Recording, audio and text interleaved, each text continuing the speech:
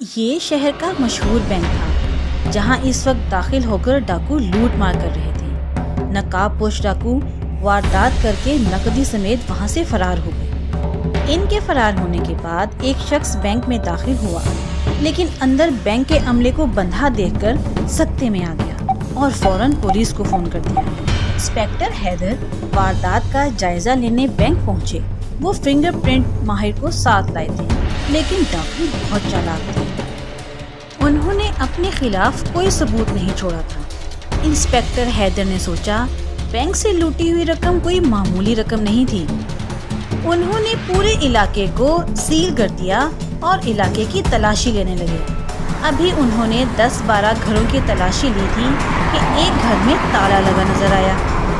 Inspector Haider نے ساتھ والے مالک مکان سے اجازت لی اور چند ساتھیوں کو لے کر اس کی چھت پر آئے اور دیوار پھلانگ کر بند مکان کی چھت پر پہنچ گئے۔ وہاں سے ایک راستہ نیچے کی طرف جا رہا تھا۔ دبے قدموں سے سیڑھیاں اترتے چلے گئے۔ ابھی وہ پوری سیڑھیاں بھی نہیں اتر پائے تھے کہ انہیں ایک کمرے سے آوازیں سنائی دیں۔ کوئی کہہ رہا تھا، اب ہمیں جلدی سے فرار ہونے کی کوشش کرنی چاہیے، یہ نہ ہو کہ ہم اسی علاقے میں ہی پکڑے جائیں۔ دوسرا بولا، اس بار بہت لمبا ہاتھ مارا ہے، اب آرام سے بیٹھ کے کھائیں گے۔ اتنے میں انسپیکٹر حیدر نے اپنے ماتحت کو اشارہ کر دیا۔ مکان کو گھیرے میں لے لیا گیا۔ اب اندر سے آوازیں آنا بند ہو گئی تھیں۔ انسپیکٹر حیدر نے دروازے پر زوردار ٹھوکر ماری، جس سے دروازہ ایک جھٹکے میں کھل گیا۔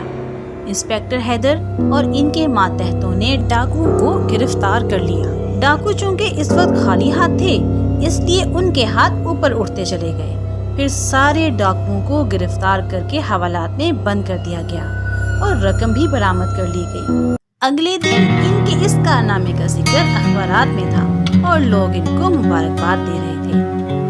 بچوں، اس کہانی سے ہمیں یہ سبق ملتا ہے کہ جرم یا برائی جتنا بھی بڑا یا چھوٹا ہو، اس کا انجام ہمیشہ برا ہی ہوتا ہے۔